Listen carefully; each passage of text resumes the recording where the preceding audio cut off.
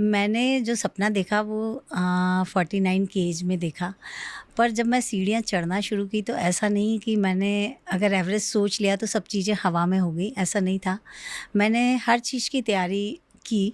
तो सबसे पहले मैंने अपना एक डीएनए टेस्ट करवाया, फ़िटनेस डीएनए टेस्ट करवाया, क्योंकि एवरेस्ट सोच लेना और मेरी फ़िटनेस ज़ीरो।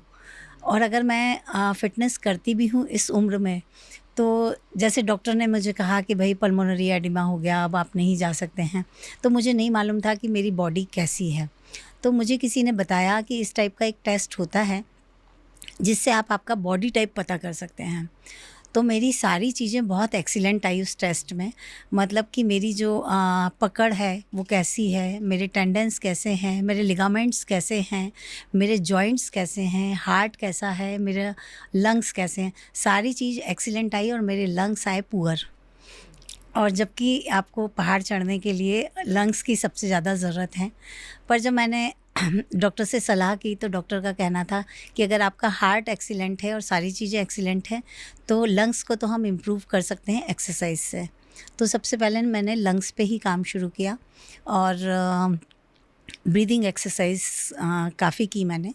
तो 2-3 जगह से मैंने पता किया कि कौन-कौन सी ऐसी ब्रीदिंग एक्सरसाइज हैं जो हम कर सकते हैं।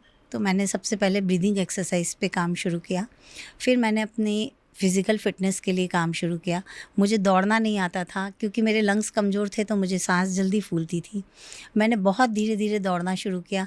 2 मिनट से शुरू किया, फिर धीरे-धीरे करके बढ़ाया 20 मिनट, 25 मिनट। जिस दिन मैं 20 से 25 मिनट दौड़ लेती थी, बड़ी खुश हो जाती थी। तब मैंने दूरी पे काम नहीं किया था, सिर्फ़ ये था कि लगातार कितनी देर दौड़ा जा सकता है। धीरे-धीरे करके मैंने अपना एंड्योरेंस इस तरह से बढ़ाया। और जब मैंने पता किया कि मुझे माउंटेनियरिंग करना है और उसके लिए प्रोफ़ेशनल ट्रेनिंग करनी है, तो मुझे कहीं से प्रोफ़ेशनल ट्रेनिंग नहीं मिली। और जब मुझे ट्रेनिंग नहीं मिली तो मेरे पास एक बहुत अच्छा बहाना था कि मैं एवरेस्ट नहीं कर सकती हूँ क्योंकि मुझे ट्रेनिंग नहीं मिल रही है। लेकिन मैंने ऐसा कोई बहाना नहीं किया और इंटरनेट से लोगों के ब्लॉग्स वग़ैरह पढ़े, लोगों का देखा कि किस-किस चीज़ों की वजह से वहाँ पर कठिनाइयाँ आती हैं। तो उन सब चीज़ों को कैसे दूर किया जाएगा, तो खुद से ही सारा कुछ करके और ट्रेनिंग शुरू की और बहुत सारे माउंटेनियर लोगों से भी बात की। तो उन लोगों का भी यही कहना था कि आपको सब कुछ छोड़ के 2 साल के लिए 5 से 6 घंटे की एक्सरसाइज़ करनी पड़ेगी, तो ही आप एवरेस्ट जा सकते हैं। लेकिन यहाँ भी मेरी ज़िद थी कि मैं बिना कुछ छोड़े ही एवरेस्ट होकर आऊँगी और वो मैंने कर दिखाया।